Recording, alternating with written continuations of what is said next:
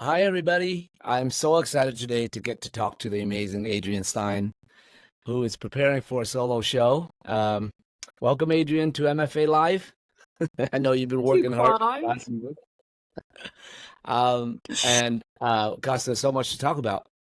But this new body of work that you're working on is so amazing. Before we launch into it, I really would love to show everybody just a flash, share my screen to show you Yeah, website of what you were working on before and what you're working on now really quickly, and then yeah, of course. we'll revisit it, Yeah, okay? yeah, All right, that's hang on a great. minute. So this is her website, everybody. Can you see that on the Yeah, screen? yeah. Yeah. So this is Adrienne's website, and if you go on right there, you can see immediately these three incredible figurative paintings that just pop off the screen. So vibrant and so beautifully done. Some of the richest, paintings you'll find anywhere. Really incredible. And then I'll scroll through just to show you some of the things that she was doing prior to the show. These incredible skulls, this series of fantastic paintings. And here are some more of the figurative work that she's done. So when you get a chance, go visit her website and individually look these paintings up. They are amazing. Quite a variety. And then for this show, it's called The Enchanted Eye. You went off on this direction, which I had not expected at all. I'm like, because the figurative work was so incredible, and now these are mind blowing. They're so Oh, beautiful, and they just pop off the screen to me right now. I mean, thank you, Minnie. I don't know anybody who does this. Anyway, so You. I want to get into that.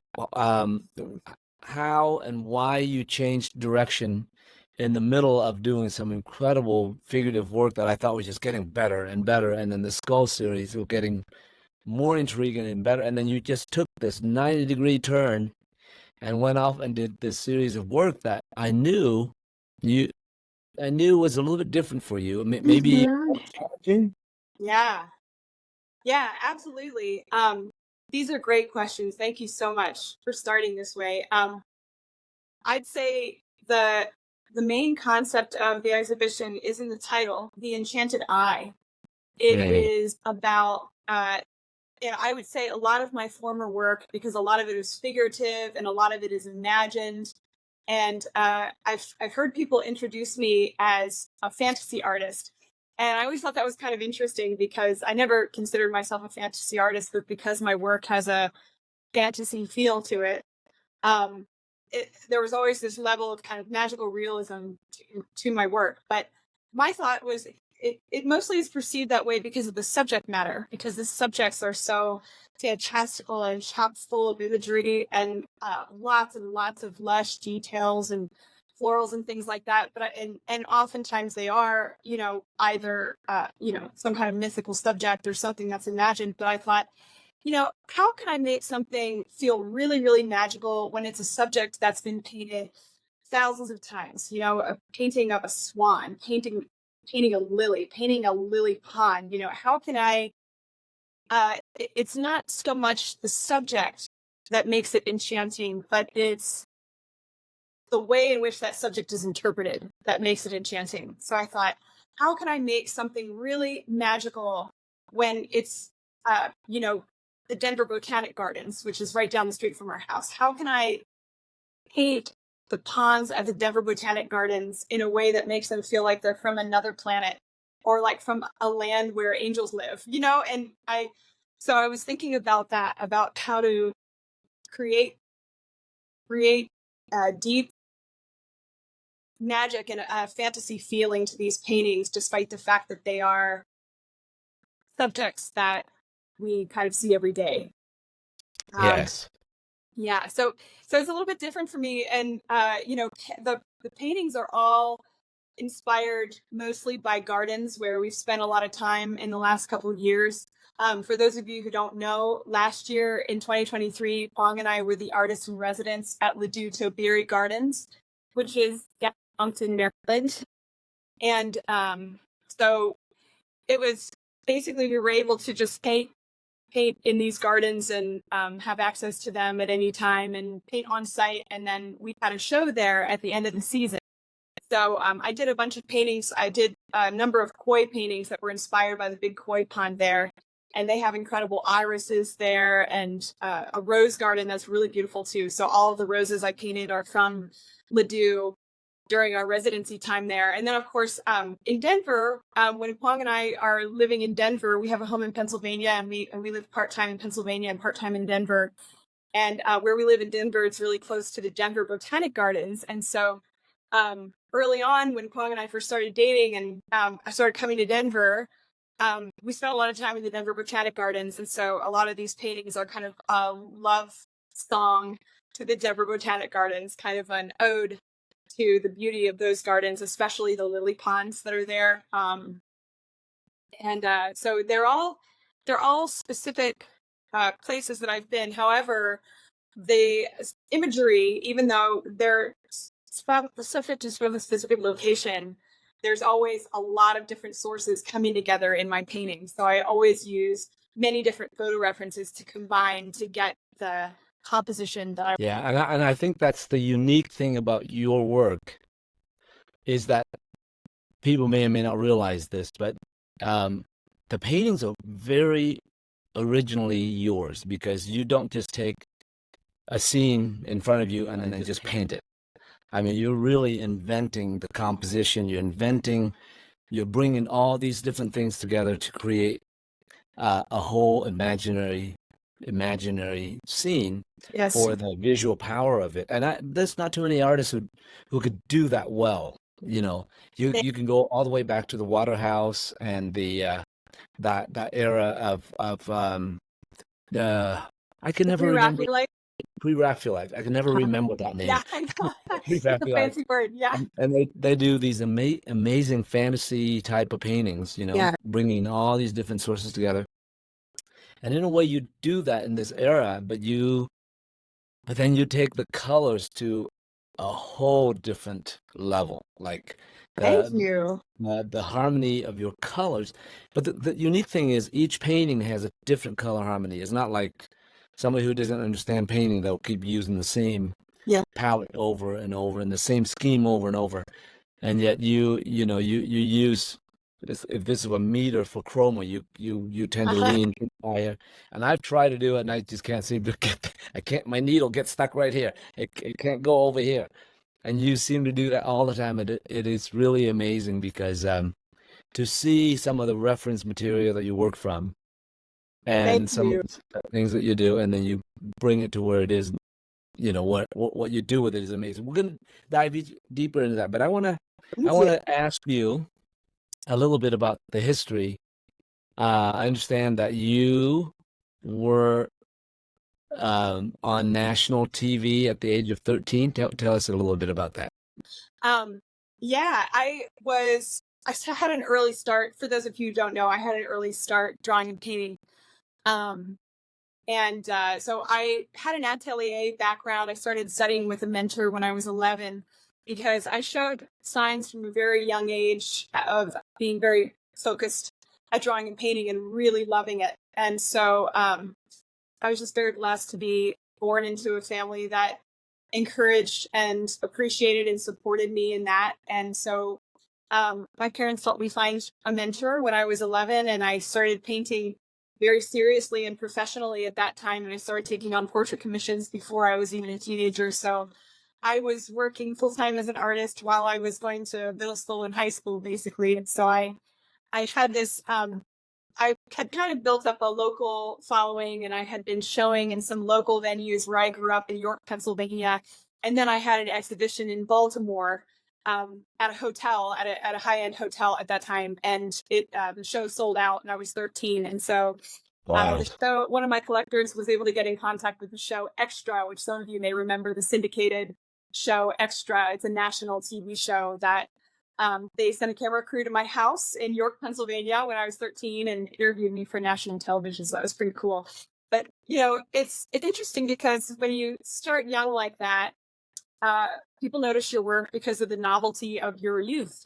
People are drawn in by the fact that you are focused and serious at what you're doing and working at a certain level when you're a child. But then, as you get older, it's how you take that foundation and how you really make it your own. Because, when I was young, when I was a young painter, I would paint from my own photographs, but I also would paint from photographs that other people would give me, or like even when I'd go through a National Geographic magazine, I'd find something really beautiful, I'd crop out a section of it. You know what I mean? Like things like that. Like I had a lot of skill and I knew what I was drawn to as subject matter, but I didn't really have a voice of my own yet. And so, of course, then the major struggle for any artist is you can work and put in the hours to really hone your technical skills and have all the training in the world. But until your personal vision starts to seep into your work, that's when the challenge really starts.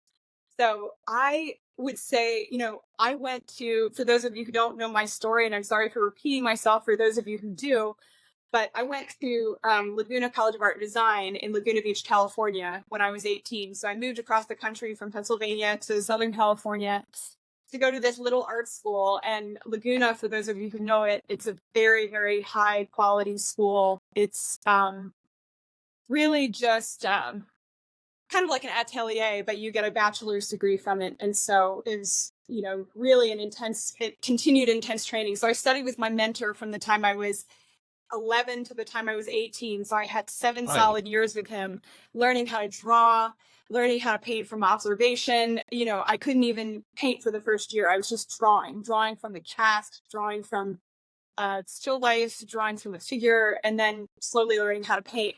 And, I learned how to paint with a limited palette, basically like a Zorn palette plus a couple of colors. And so my mentor was a graduate of the Schuler School in Baltimore, for those of you who know. So he made his own mirage medium. He taught me how to do all that stuff. I learned how to glaze. I learned grisaille. He really taught me. I was so grateful for what he gave me. It was the greatest gift. And his name is Richard House, and he was a very humble man. And he didn't have an exhibition career to speak of, but he was just a very loved and sought after teacher locally, and he was an amazing teacher. So he just mostly made his living teaching. And but yeah, so when I got to Laguna, that's when I started to kind of exercise my imaginative abilities, because I had classes like group figure composition where we were analyzing compositions of the old masters, like mythological and religious compositions. And we had assignments where we had to like use our own models and put together 2 or more figures in a space and tell a story. And then we had our senior thesis project where we had to, create a body of work from our own personal vision. So it's basically like the summation of all 4 years of our training. It's like, take all of your technical ability and take all of your life story up to this point, even though you're only 22 years old, and create something personal with it as though you were creating a gallery exhibition. And then we had a mentorship program where we were matched with a gallery, and we had our first, exhibition in a gallery in Laguna Beach during our senior year, so that we had the experience of working with a gallery and working with a contract and that kind of thing. So yeah, it was a really wonderful experience.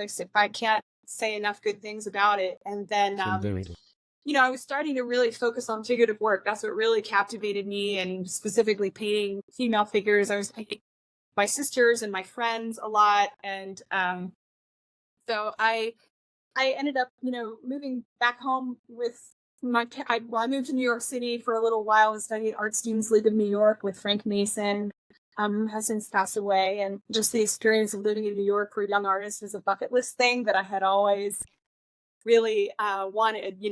I lived on the Upper East Side, in this little apartment with a bunch of girls, and I was able to walk to the Frick and the Neue Gallery, and the Met was close enough, and so I would go to the museums.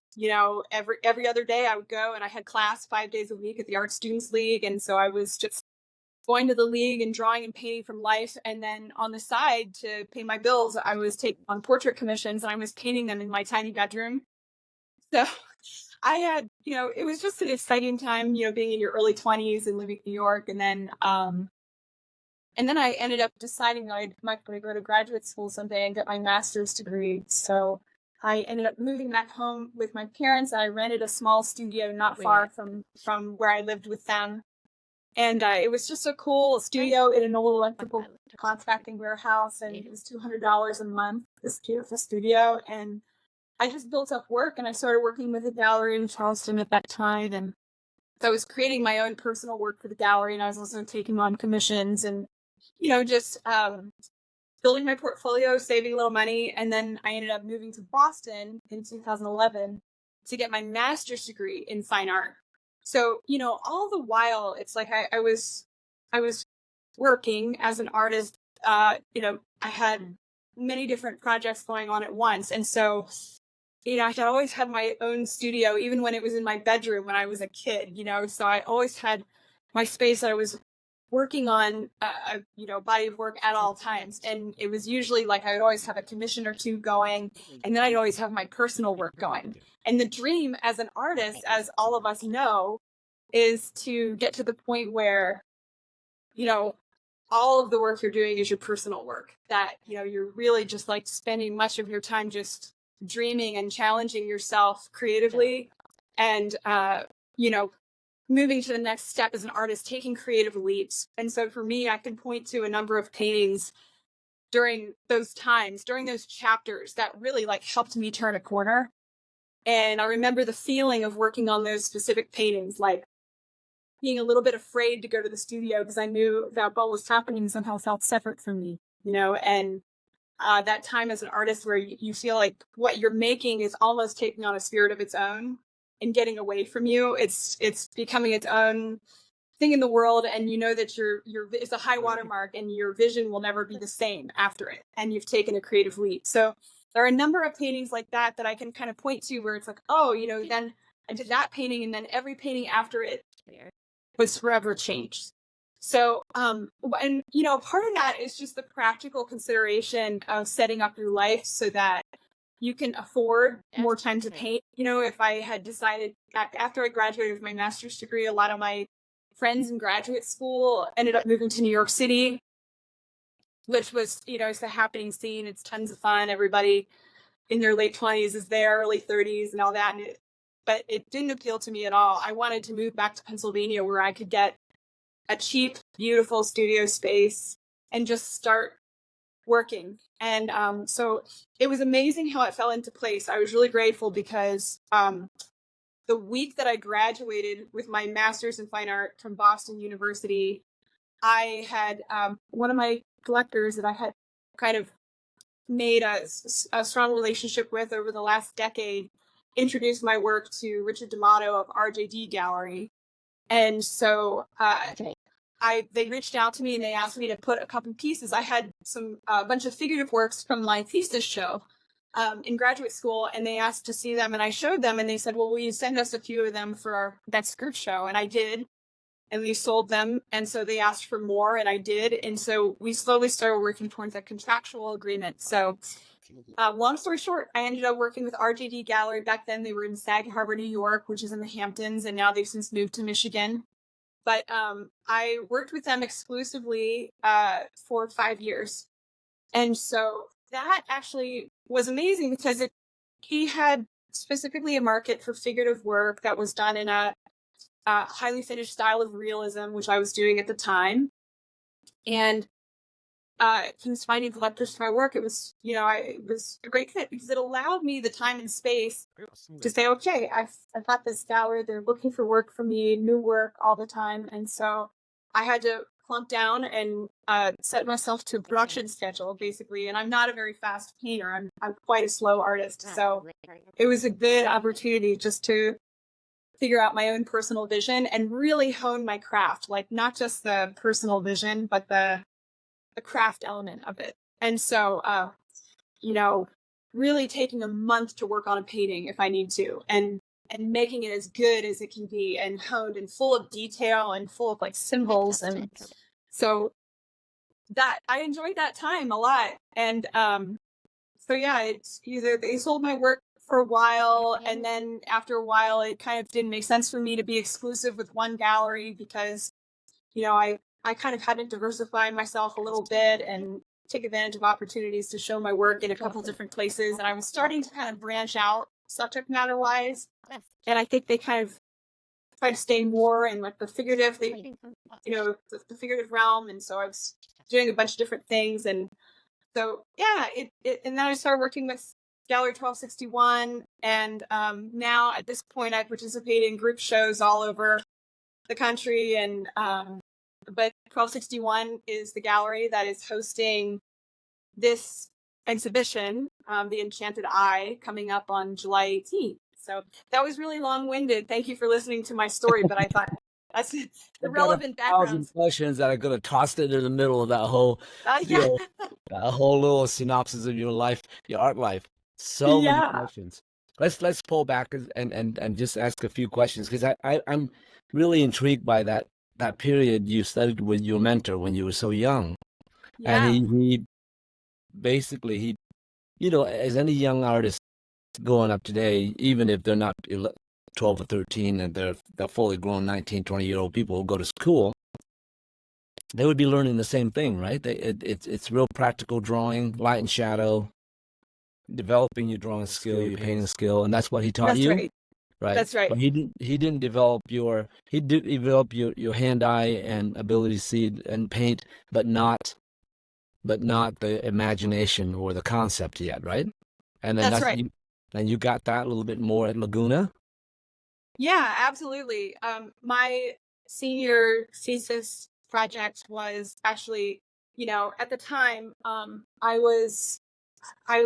had been doing a study of the Song of Solomon in the Bible, and in the Old Testament, some translations it's called the Song of Songs. But yeah, so I I was actually, as it's an ancient Hebrew poem, and so as I was reading it, the language is very evocative and beautiful, and so I related to it on a number of different levels, and so I created a series of 5 paintings based on that poem, based on kind of the different moods and movements Yeah, within the this is poem. in thesis.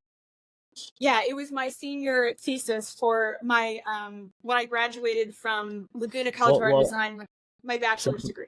so the question I have is at the school at Laguna, did they also take and what you had developed and then trained you further on a technical level? Was there a lot of training on the, just figure painting, just getting better as a Yeah, painter? Was there a lot of focus on that?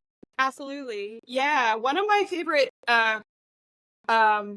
yeah, so um it was interesting because we had classes that taught us, so it was almost like what I got in my teenage years from my mentor was grammar, and what I got at Laguna College of Art and Design was uh building poetry in a way. I It see. was kind of a way to take that and merge that all together in a personal vision, or attempt to do it. I mean, it's really funny because when you're in your 20s and you feel all this pressure when you do your thesis assignment, you think, oh my gosh, I have to create this body of work that says everything about how I feel about life at this point in time, and it feels like it's all this pressure. And Yeah. when you're in your early 20s, I mean, you think you've experienced life, but you really haven't quite yet. And no Yeah, offense to anyone but in the audience my who's in their my early question is 20s. What? my question is, you had the advantage of having that preliminary study in a sense, right?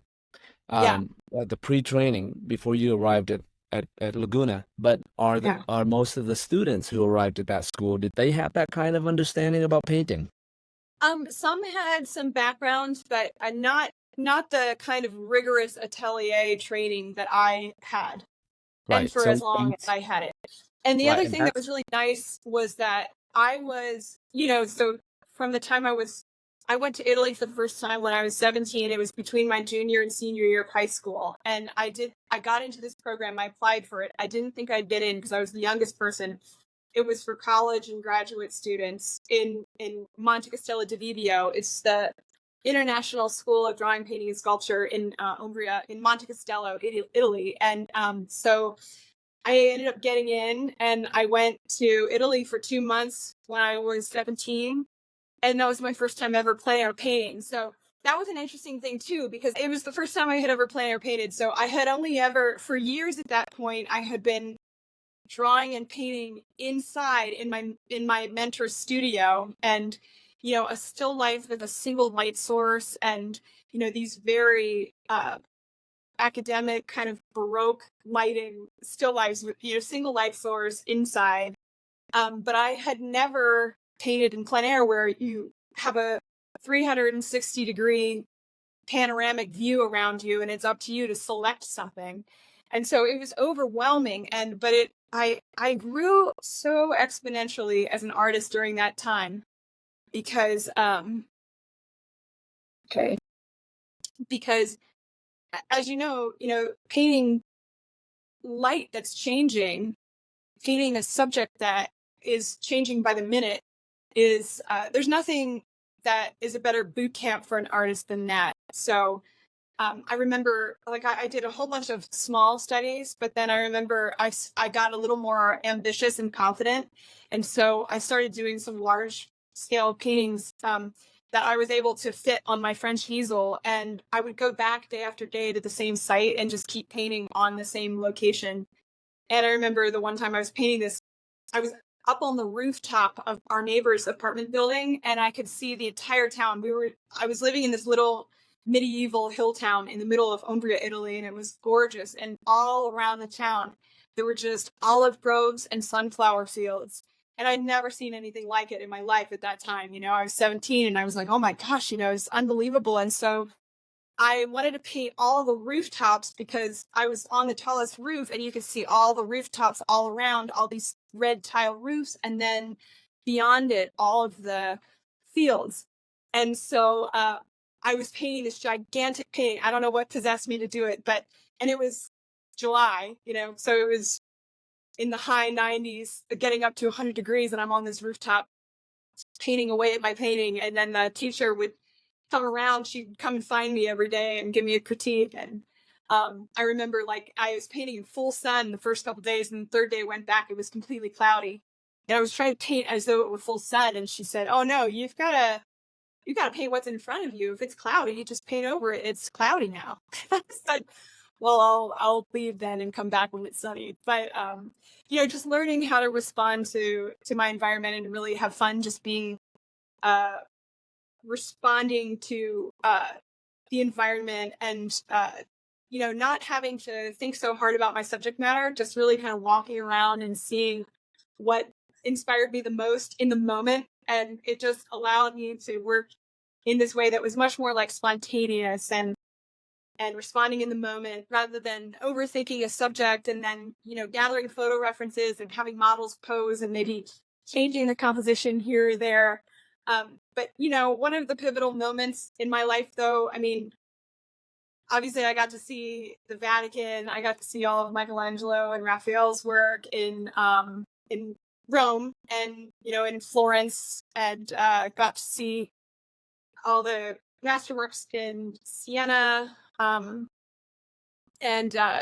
we got to see some works by Pontormo. I mean, we traveled to, like, kind of obscure towns. I got to see a lot of Caravaggio's in Rome too, but being able to see those paintings in person and being able to talk about them with a group of other artists in a setting like that is absolutely life-changing. So that time in Italy really gave me a lot. But what I was starting to say about that trip to Italy that was life-changing for me as an artist and a teenager, when I got to Laguna, I was still doing a lot of things like that in the summer. Like, I did after my first year in Laguna, I did a summer study program in France. So I taken French all through high school, and my family had hosted French foreign exchange students. And so I always loved France and French culture, but I had never been to France, and I was about 20 years old. And so I did this summer program where I lived with a French family in Aix-en-Provence, in the south of France, in Provence, and lived with this host family, did this summer program. And so it was great, because we got to travel. We got to travel all over. It was in the place where Cezanne was living and working too, and got to like just paint all over the countryside, outside of the town and in the town too.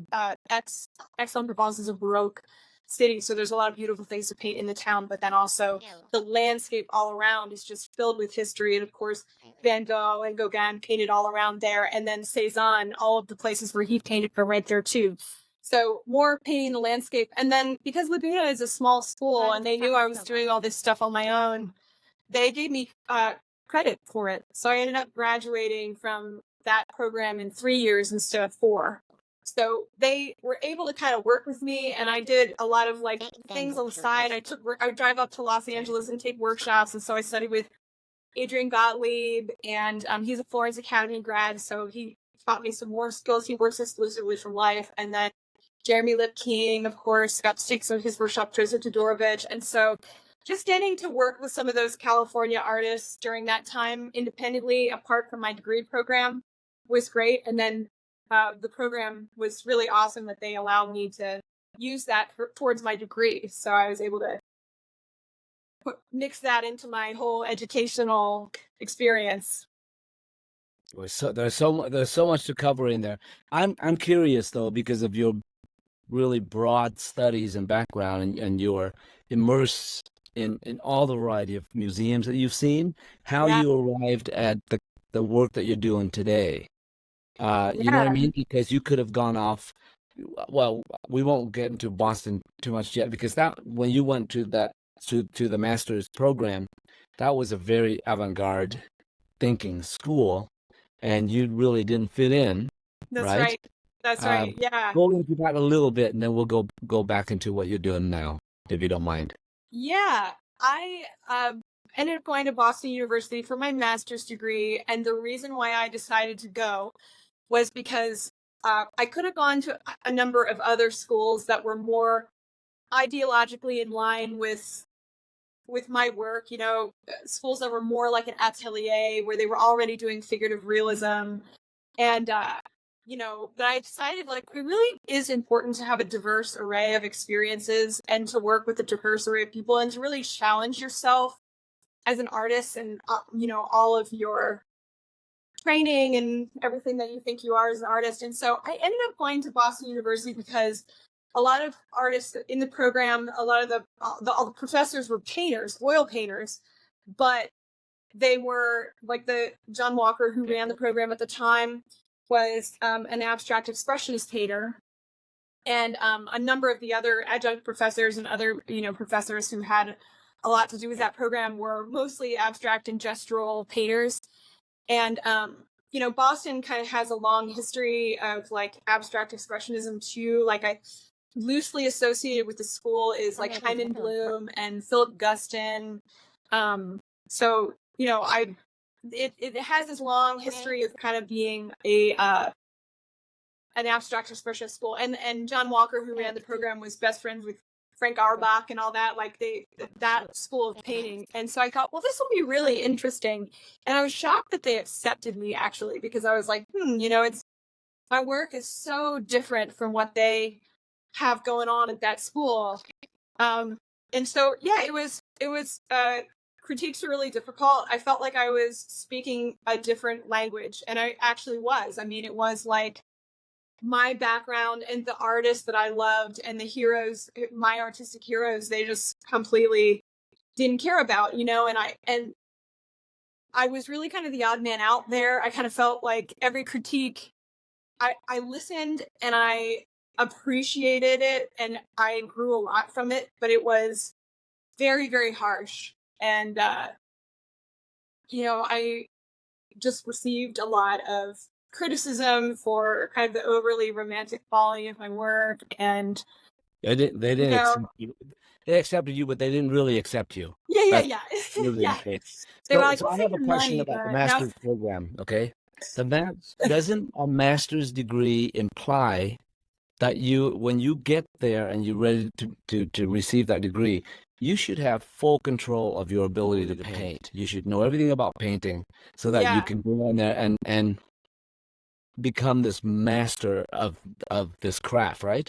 But how many Yeah. students are real that are in the master's program can even draw a paint? Yeah, I mean, it was interesting because yeah, some of the students had, technical skill coming in, and some didn't have like anything remotely like the kind of background that I had.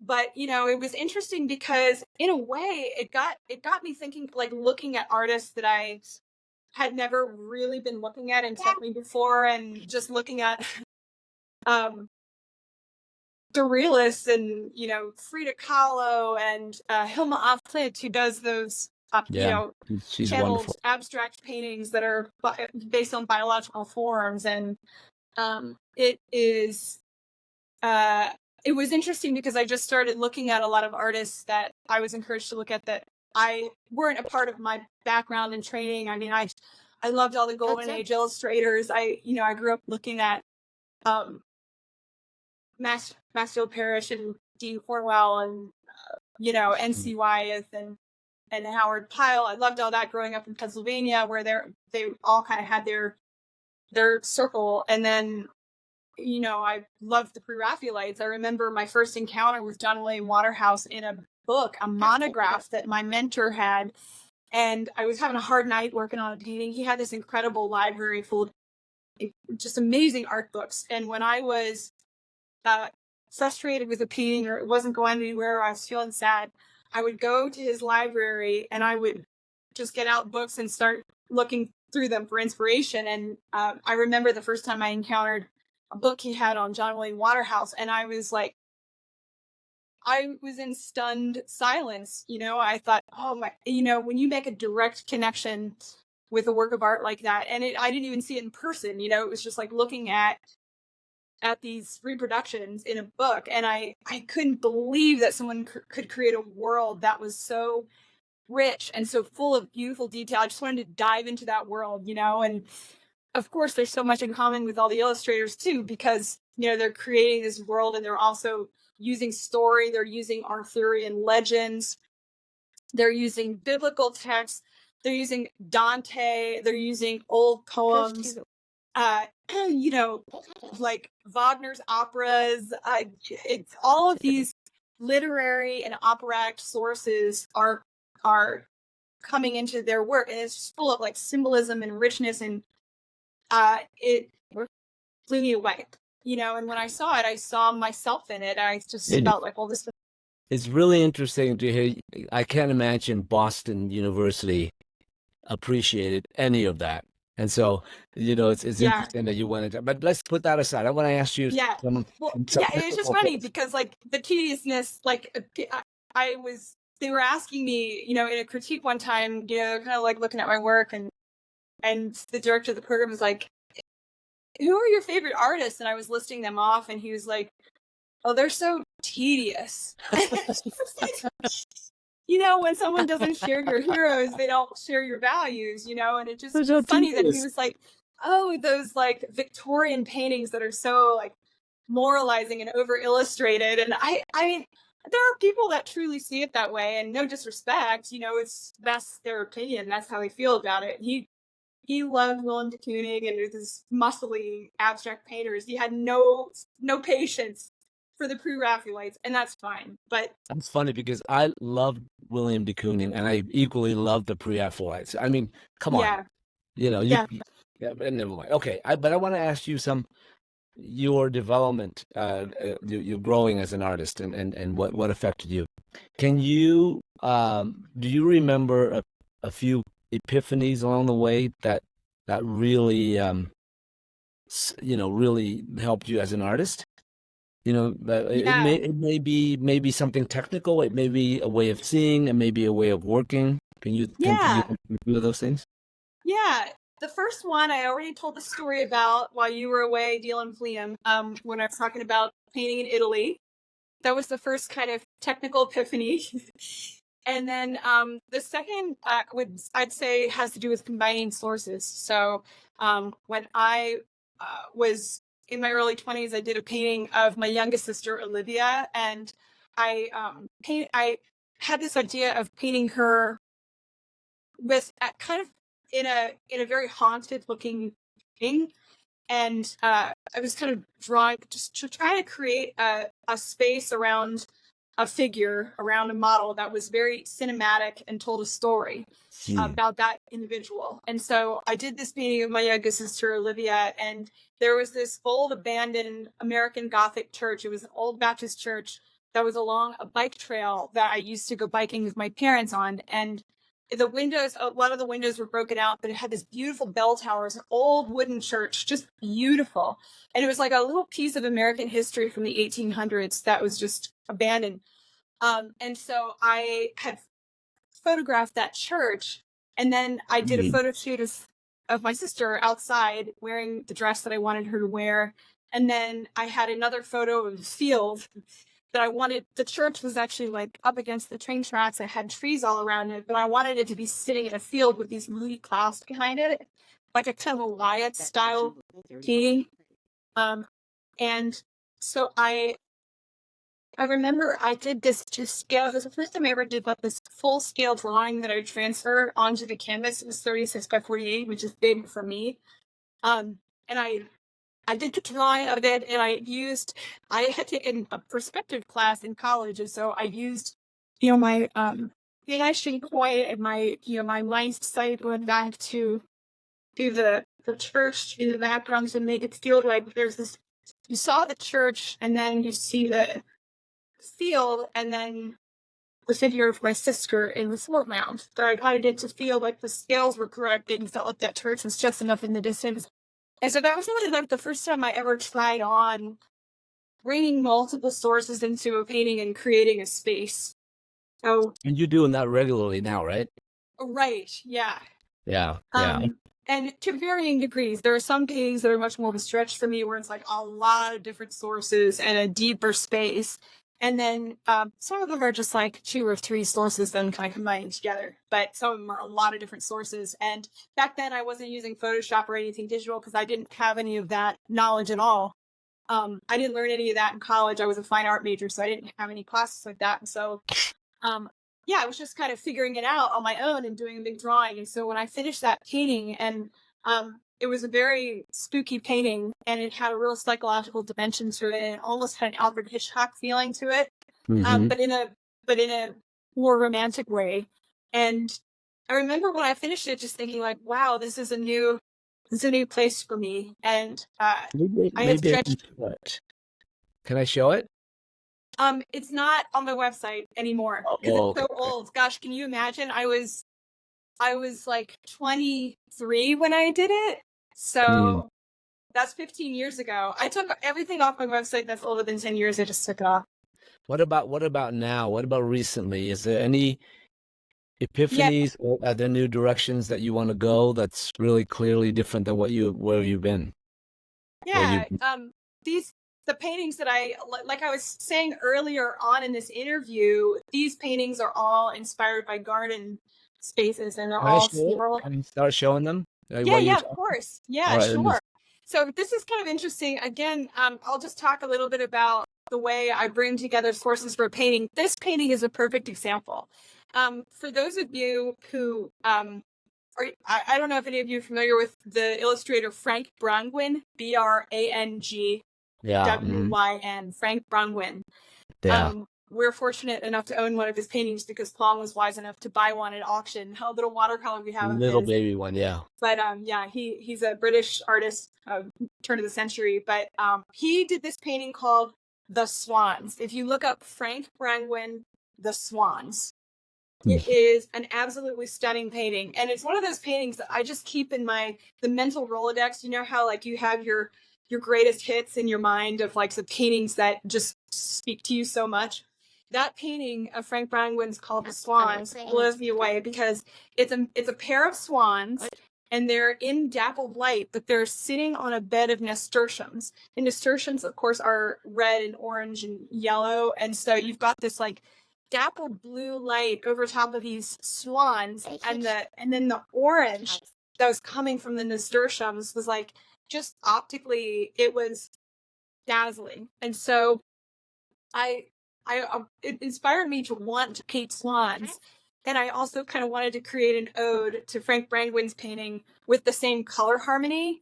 And so the swans, I photographed the swans up at the Broadmoor Resort in Colorado Springs, because they have a couple pairs of mated swans on their man-made lake there in the center of the resort. And so I was able to get some wonderful photos. So these swans are from 2 different photos. And then the flowers underneath, I took these photos when I was at Longwood Gardens in Pennsylvania, and I'm not sure what all species of flowers are in that, but there's some geraniums and some different orange, yellow, and then some puffs of purple flowers in there. If you look really closely, there's some like lavender, little lavender pieces. And so I was playing around in Photoshop to create a composition, because I thought, I want to put these swans together in this space. In reality, they were sitting next to the lake. Yeah. None of these colors were there, I imagine. Yeah, of course. None of But I these wanted it to be like this blush, Yeah. orange and red, just like fire, an explosion of flowers around the swans. So, And the dark my favorite leaves painting in the whole show, it's my swan song, so to speak. Pun intended. I'm gonna start flipping through, because there's so much I want to talk to you about. Yeah, of course. This one I absolutely am crazy about. I love this painting. Thank you. Yeah, these are from Ladue. Those koi are from Ladue Topiary Gardens, where we had our residency last year. I've seen so many koi paintings in art, and this is absolutely one of my very favorite I've ever seen. It's just incredible. Thanks, honey. I appreciate that.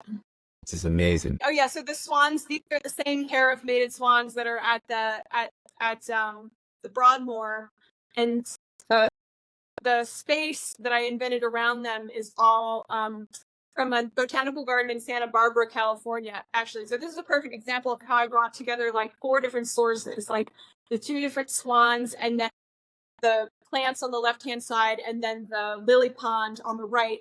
And I wanted that because the lily pond was in dappled light too. I felt like it would kind of come together and merge with the swans, and it works to me. You know what I mean? Yeah, so it's just bringing all these things together in a way that feels believable. Yeah. This is called Towers in July, and it's hollyhocks from the Denver Botanic Gardens. And I invented these skies behind them. I wanted it to be like a meditation on a single stalk of hollyhocks. So, on the left is the thunderhead, and on the right is this dusk scene with some stars in the sky. So it was fun playing with that. And then these are Queen Elizabeth roses from Ladue Topiary. Ladue has a whole bunch of amazing rose varieties. So, and that's from the Denver Botanic Gardens. This one's 48 by 48, so it's pretty big by my standards. Love that gradient. And this is the deep purple dream irises. That's the actual name of that species of iris. These are from the Denver Botanic Gardens too, and they were in front of when I was photographing them, they were in front of this stucco wall. But I had a bunch of photos of these really dramatic western skies with billowing clouds, and so I decided to put the billowing clouds in there, and for that, particularly I love the rhythm of the shapes of the purples in here. It's like the shapes all echo each other, but they're never repeating, and it's really beautiful. Just really this wonderful rhythm going on here. Okay. Yeah, this one is also from a garden in Santa Barbara, and it was evening light, and these lily pads have like a purple tinge to them, so I just amped it up quite a bit. Wow. These irises are wonderful. Thank you. Wonderful. I love it. This one is amazing too. Thank you. Yeah, this is the same pair of swans from Broadmoor. They gave me a lot. I actually had to go back to the lake several times to photograph them, because I was getting them, swimming in the water, but I didn't want just like their body with the neck coming up and just the water. I wanted their wings, and it was just really amazing, because on the last day that we were there, Kwame, Liam, and I were there, and we spent the night there, and then the next morning, I didn't love any of the photos I got of them. And I said, I feel like if I just sit there by the lake for another hour and just really observe and really follow them around, I'll get something that I love. Because I wanted one with the wings out. And so I was sitting by the bank just watching these two swans. And then all of a sudden they were just hunkered down, just sitting there. And I'm just like waiting there with my camera. And then all of a sudden the one starts to jostle a little bit and get ready to get in the water. And as he was getting ready to get in the water, he went like this and started beating his wings. And I got a video of it, and I was like, oh my gosh, I couldn't believe I was witnessing something so beautiful, So, just getting to paint. I'll probably paint many more, and we'll go back and I'll get to photograph these some more. But the garden and the landscape behind them is all from a friend of ours back in Pennsylvania is an incredible gardener. And so all the foxgloves and the poppies and the lilies, that's all from her garden. So I just superimposed all that into there. And then there's a lily pond in the background. Dahlias, because who could resist? And these are more koi from the Ladue fish pond. And and then this one is one that I started about 1.5 years ago. And I thought I had finished it, but I kept picking away at it a little bit more.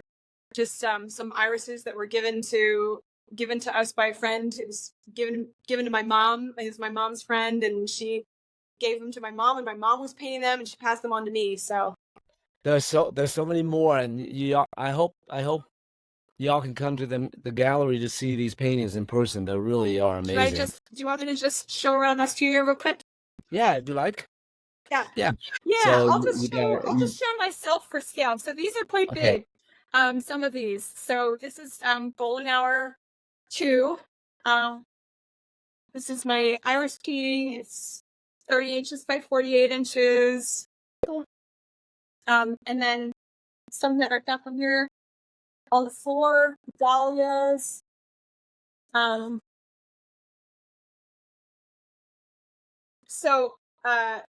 there's the koi. There's a couple paintings missing from my studio. We had collectors visit today, and they took some home to try on their walls, which is a good thing. There's a few missing, but here's my big swan. They're life size. These are koi.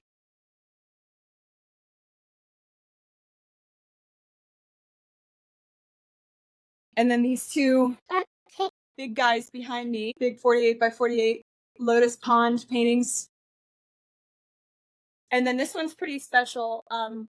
It's a nocturne. It didn't start out as one, but this is kind of I wanted to do a night painting. So this is the painting is called Stargazers, and so I decided to make it a night scene and turn these Easter lilies into a nocturne painting. So I changed the whole color scheme in the middle of the painting to be very blue tone. So yeah, that's the tour. Yeah. There's going to be there's 25 new paintings. I think 23 of them have been done this year, and then there's a number of other floral paintings that I did for this show that won't be in the show. They ended up selling, going to different places, and so yeah. Okay, so I want to get down to some other questions about you personally. Okay. You took a trip to Morocco when you were very young, and I've always thought that was a really daring trip, and it was like very outside of the box for a young lady to do. And inspired by, can you tell us about that? Yeah, the book The Alchemist. By Paulo Coelho. And for those of you who hadn't read it, it's a wonderful book. It's got some wonderful spiritual lessons in it. And it takes place in Morocco. And because I had studied French all through high school and I had been to France a couple of times, I felt like it was not such a stretch for me because I could at least speak the language somewhat. And also I was just really fascinated by that blend of like Arabic culture and Spanish culture and French culture. It's kind of this fusion of all these different things. And It was really incredible because, yeah, I just got to visit some of the smaller, more remote towns in the Atlas Mountains, and then also, Fez and Ouarzazate, which is where Lawrence of Arabia was filmed, and Jesus of Nazareth Yes. was filmed there too. It was a lot of, gorgeous desert landscapes with like really rich colors, and the tapestries and the textiles and the spices in the markets, just incredible colors. So when I got back, I didn't really paint many things directly from my travel photographs because it was almost like I was digesting it internally in a different way. It was like more like the colors and the textures and just the overall feeling of Morocco, and sort of made its way into my work. But yeah, travel has always What been. was it? What was it about the book that inspired you to go there?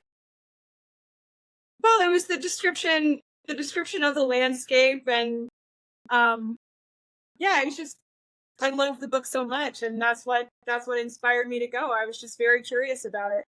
Mm, yeah, interesting. That's really Yeah. good. All those little personal journey.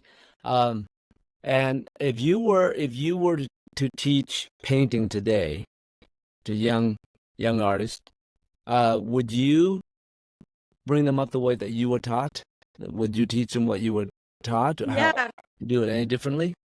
Yeah, absolutely. I was so fortunate to have such good teachers, and from that here. Yeah, this, I think it was in the right order too, which Mm, is that, you can drive yourself crazy trying to make up for lost time if you don't have any technical background, if you don't have technical skills that you've built up, and then you're trying to express these ideas and you have no vocabulary with which to do it.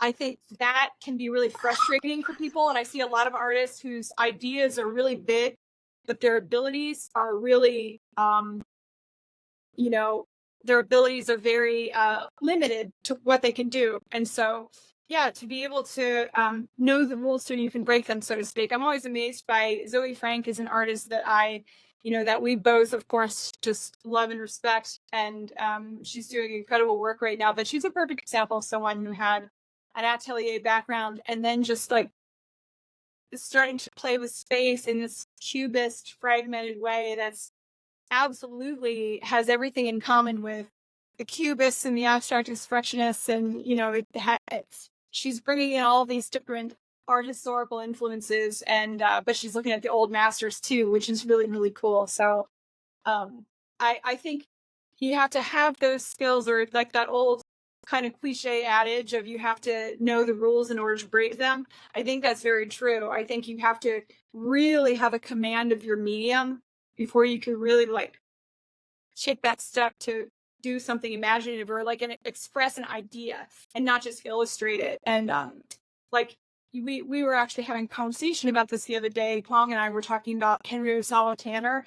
We were looking through a book of Henry Osawa Tanner's work, and he did a series of religious paintings, and he traveled to Egypt and Holy Lands to create studies on site.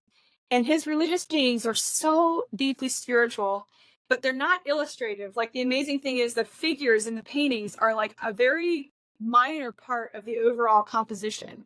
It's like the landscape and the mood and the relationship of the figure to the space is what creates that feeling of transcendence and like man meets God kind of idea. And so yeah, I mean, you have to uh you have to have confidence, and in order to have confidence you have to have experience. And I think until you really do a lot of the boring stuff, you want to have the experience you need to create something like truly interesting. It's like playing the scales. I don't know.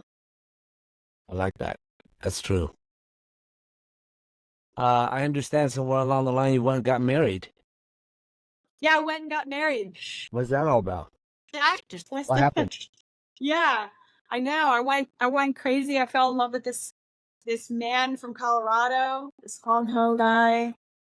Um, at the Portrait No Society of comment. America. What happened? Yeah. Yeah, so I mean, this And- is somebody asked in the YouTube chat too, and I thought this is a good way to graph this in, because somebody asked in the YouTube chat how we influence each other's work. And Hmm. I feel like I always say this, but I mean it so much from the bottom of my heart is that, Paulo lived from such a you live from such a spontaneous and loving place in your heart. Like when you wake up every day, you're responding to the moment, you're excited about what's in front of you, and you don't belabor it. You don't overthink it. Whatever I often overthink a painting, but you're like excited. You see something and you're excited to start it, or there's flowers growing in the garden, and you snip that and you make a composition and you're painting right away. And that just says so much about who you are as a human being, that you're so open to life and you love life and you're responding to what's in front of you. And for me, it's just I tend to overanalyze and overthink things, and so I learned so much from the way that you approach life and the way that you approach your art. And now we have, as Paul likes to say, we have a little monkey. We have a 3-year-old, and just the joy of It's had money. Here. the love that we get to share. And oh, hi. I'm playing in Daddy's house. We're paying Daddy's Daddy's house. So Mommy, want to play with me? yeah, I want to play with you. I'm gonna come Go play with mommy you your real masterpiece. soon. My masterpiece. Oh, masterpiece. wow. Daddy's been this is our life these days. Daddy's been trying to find a way to keep him creatively occupied, so he's blowing up these gloves, and Liam's doodling on them with Sharpie. So that's Liam's masterpiece. Yeah. Can you say hello to everybody? Hi. Yeah, hello everybody. Yeah. Roll a kiss. Oh, that's sweet. Thank you, honey. Okay, you go drawing your masterpiece. So Thank you, honey. That's so sweet. just really a lot of this work in the show, people have commented on it. So somebody on Facebook made a really funny comment. She looked at my recent paintings and she commented. She said, "I don't think I've ever experienced the happiness that you seem to have experienced." It was really funny that she said that, but it just, I think the work that I'm making right now is just coming from a place of real joy at just finding true love, being your wife, honey, and being Liam's mom, and the absolute satisfaction and joy that comes from that. And I used to really buy into the myth, especially in graduate school. I really bought into the myth that in order to make truly great and lasting work, it had to be about suffering, or it had to come from a place of suffering. And when I was in graduate school, I had a very reputable, famous female artist out in my studio, and she said, "You're so talented. Why aren't you smart like Jenny Saville or like Lucy Scabbage? They're doing things that are really smart. Like they're, making paintings about, grotesque bodies, and, and commenting on pornography and male gaze and all this stuff. And, I guess if someone's looking at that, then they should go to Lisa Scabbage and Jenny Saville. Those painters are amazing at that, and they're doing it their own way, and that's what they feel led to do, and they're doing it sincerely. But I couldn't do that work sincerely. It's not really in my DNA, at least not now. So, I'm enjoying. Sincerely Life's too short. is the key word there. You could pretend to be whoever you want to pretend to be, but ultimately, to be who you really are, whatever that means, no apologies. You know who you are. I think what's wonderful about, but I think that's what's wonderful for me to watch the way you work, because we work very differently. We have completely different approaches to thinking about composition. Yes. Certainly about color. I don't even get what you do with color. And we have good conversations about, art in general, which I really love, but we work very differently. And I think I certainly, whether it's intentional or not, I'm affected by what you do and the way you think, because you think so outside of my box. So I'm like, oh yeah, how did I not think about that? The way you think about the S shape or the S curve and the circular composition. I don't think about things like that, but it works so great in your painting, and so it comes down to you doing whatever makes the most sense to you, and along the way, we learn from outside sources, and it will trigger a new thought, and then That's right. that gets added to your basket of understanding, and then you Yeah, know. So that's right. That's right. yeah, so Adrienne will come by my studio occasionally and see a painting. She said, "Oh, if I were doing this painting, I would do this." And I'm like, "Oh, why didn't I think of that?" And it would be amazing. It's like, I didn't even think about that. And then one time the other day, you came in and you saw a lemon painting that I was working on, and you just took your fingernail and you blobbed another note of color on top of what I've had, and it went bam like that. What the heck happened? Why did I say that?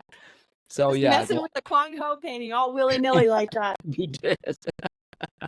I loved it. That was great. So Yeah. We learned so much from each other, and yeah.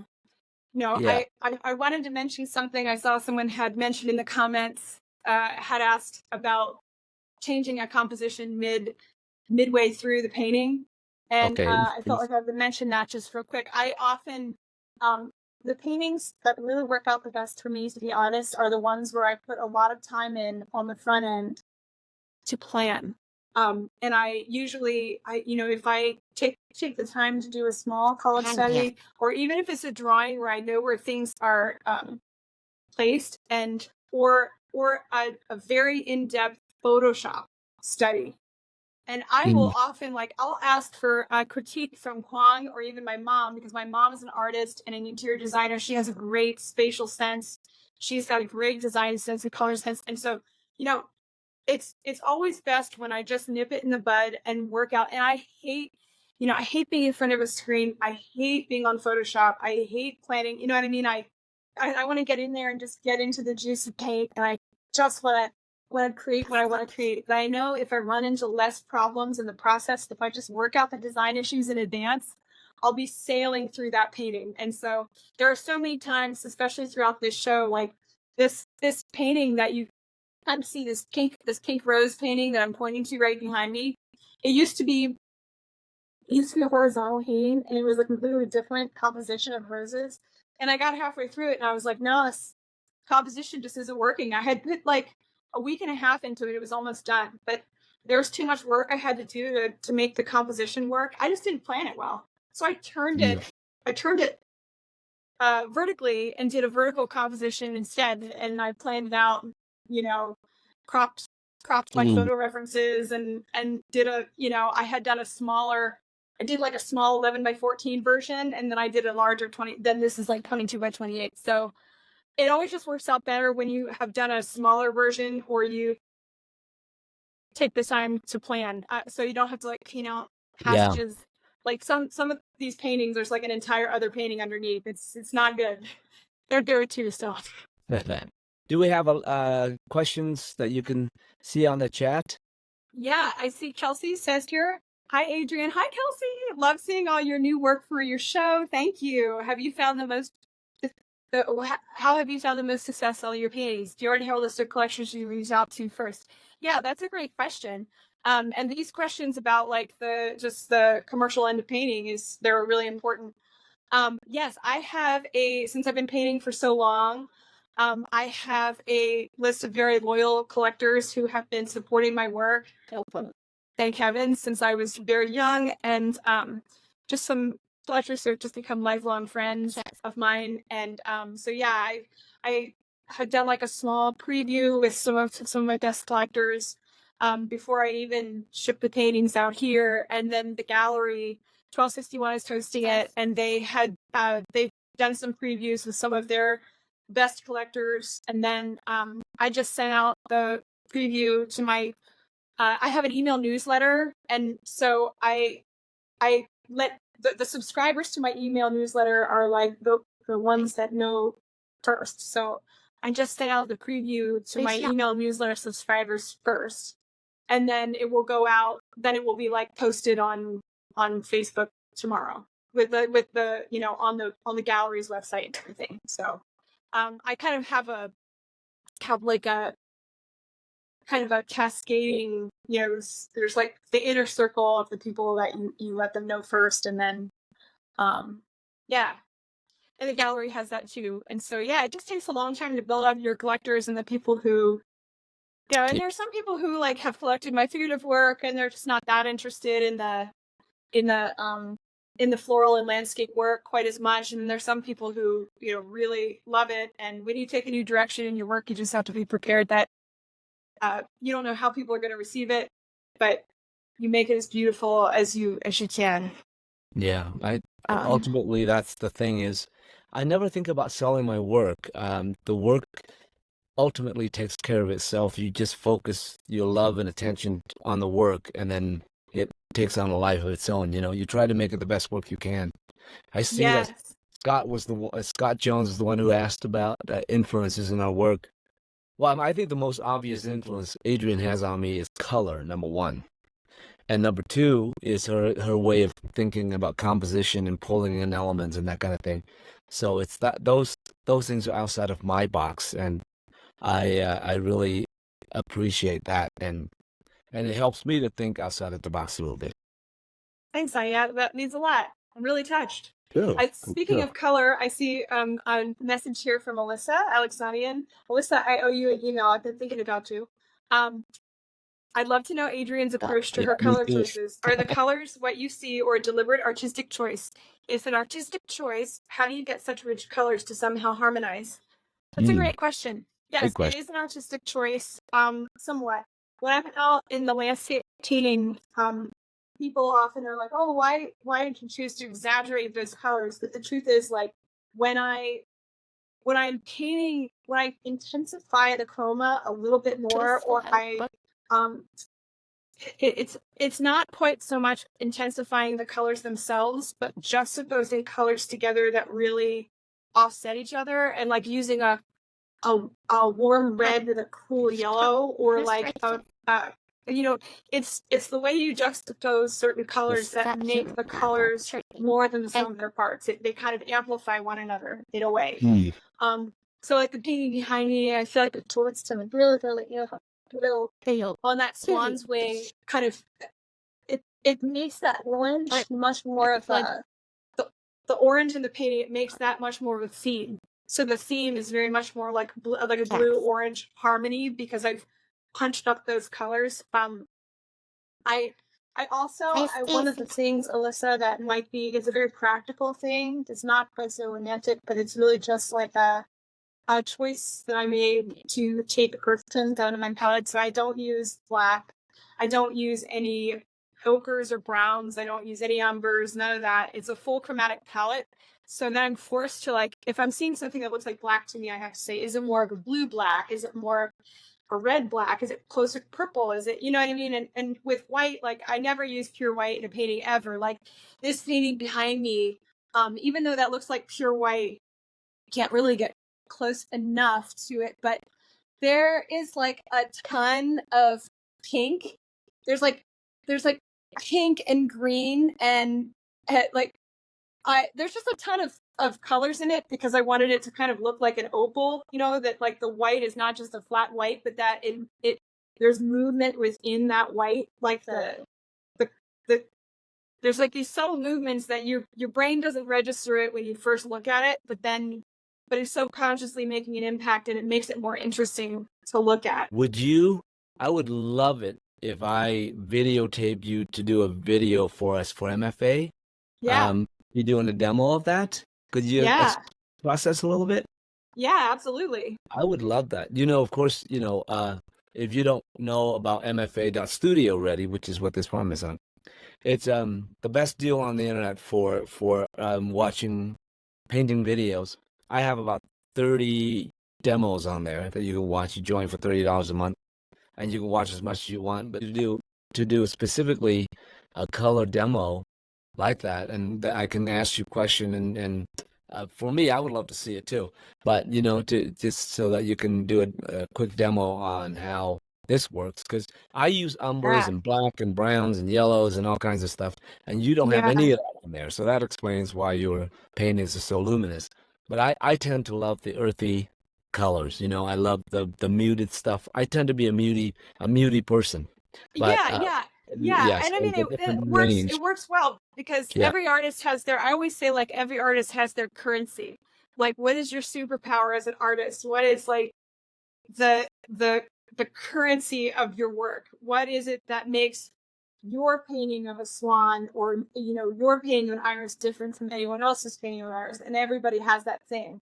And Yeah. for you, honey, it's your expressive brushwork. It's your, it's the way that you can, like, I always say this, but when I look at some of your paintings, some of these passages break my brain. I don't know how you did them. I don't know how you can. There's so much energy and so many strokes, and you can say so much with just one stroke. And I've never really had the ability to do that. I think it's because, like, the French Academy got a hold of me when I was so young, and I learned how to, like, hide my brushwork and work in glazes and layers. And so I just, that spontaneous gestural brushwork that you have in your paintings, it's like that's the expressiveness of your work. And so it doesn't need color to amp it up. It has your voice is in your brush gesture, and that's a hard thing. I mean, you have to be really in the moment to do that. That's really hard to do. Well, that's confession. I don't know how I do it either. It's really, You enter into a trance-like state, and then yeah, it really is very, I'm not thinking about the brushstroke or how I should put it down. I do it because that's immediately how I feel about it, which is interesting. yes, But yeah. there's I a mean, bigger picture at work that I'm trying to get at, and that's the note that I need to make at the time. Do you have, after this show, do you have an idea of what you might be doing next?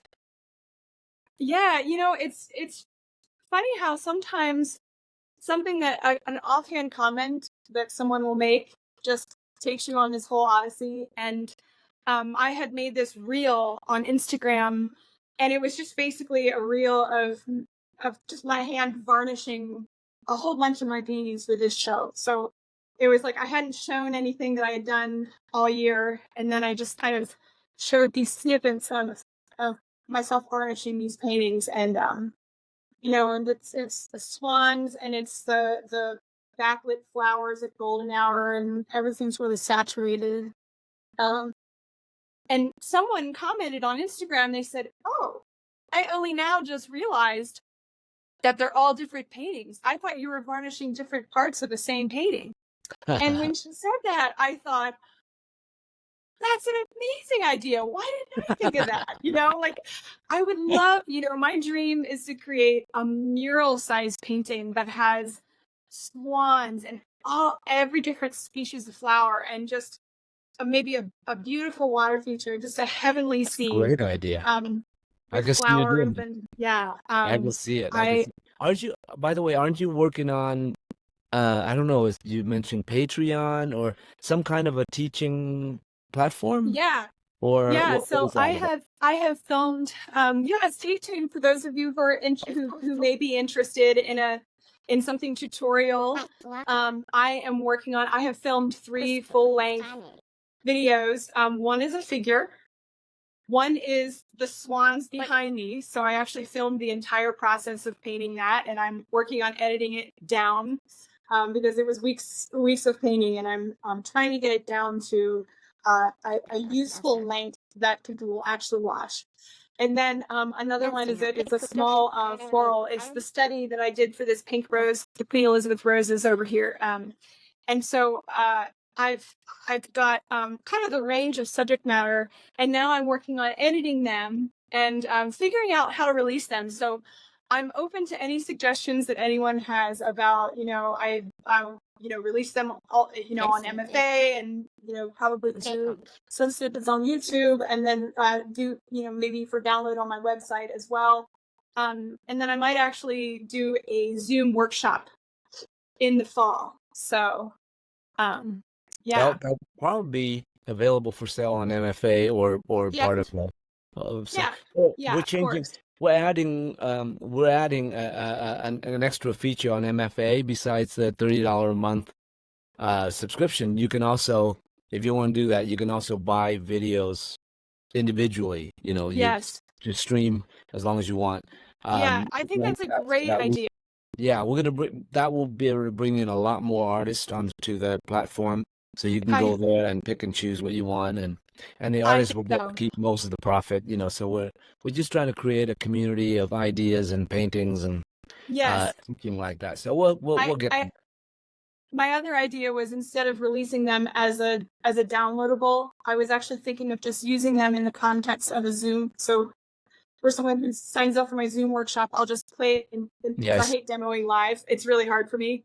So I was thinking what I could do is play it as part of the class demo, talk through it, so that I can like just voice over the whole thing. And then, so maybe release one as part of my Zoom workshop, and then the others release on MFA, or, some combination. So still trying to figure all that out. But yeah. So can they sign up on your website then? Yeah. So the best way to learn about this stuff is my email newsletter. I have a very exciting opportunity coming up to study, for those of you who are interested in person. I have a workshop coming up in 2025 in a very special location to be announced. So for those of you who are interested in that, please sign up for my email newsletter if you have not already on my website. My website is www.adriennestein.com. It's just my name. It's ADRIENNESTEIN.com. And the sign up link is at the bottom of every page of my website, or you can go to contact and you can just sign up for my newsletter there. So that's where I announce things before I announce them on social media. But gosh, so much else to talk about. We haven't gotten into ghost stories or Sasquatch. Yeah, no UFOs. What in the world? And what you listen to while you're painting, and your spiritual inspirations, and all of those wonderful things we haven't talked about yet. But yeah, I mean, I think about the movie 2001: A Space Odyssey every day, and every day. I only saw that movie once, but I think about it every day, because it has everything. It has God and religion and spirituality and technology and human nature and science, and it's like the perfect. It's got the beginning and the end. It's got everything. It's perfect. And it's so funny because when I first saw that movie, I thought, well, Stanley Kubrick has already done it. He's already made a work of art that sums up the entire human experience. I am just a lowly oil painter. So, there's part of me that's like, what could I possibly do that could involve, all these things? But Stanley Kubrick already did it. So I get to enjoy, painting joyous, beautiful things and celebrating, the incarnation that we get to experience here on this earth. So, I so much appreciate this conversation. There's more I want to find out about you. So I will ask you. We'll do part 2 on Artist to Artist sometime soon. We will talk to you in the next. I'm trying to get back on the MFA live thing and introduce new artists to you all and have conversations about maybe more than just painting. So we'll get down the road there. But thank you again, Adrienne. Thank you for inviting me, honey. Thank you for your amazing questions. Thank you, everyone, for being here.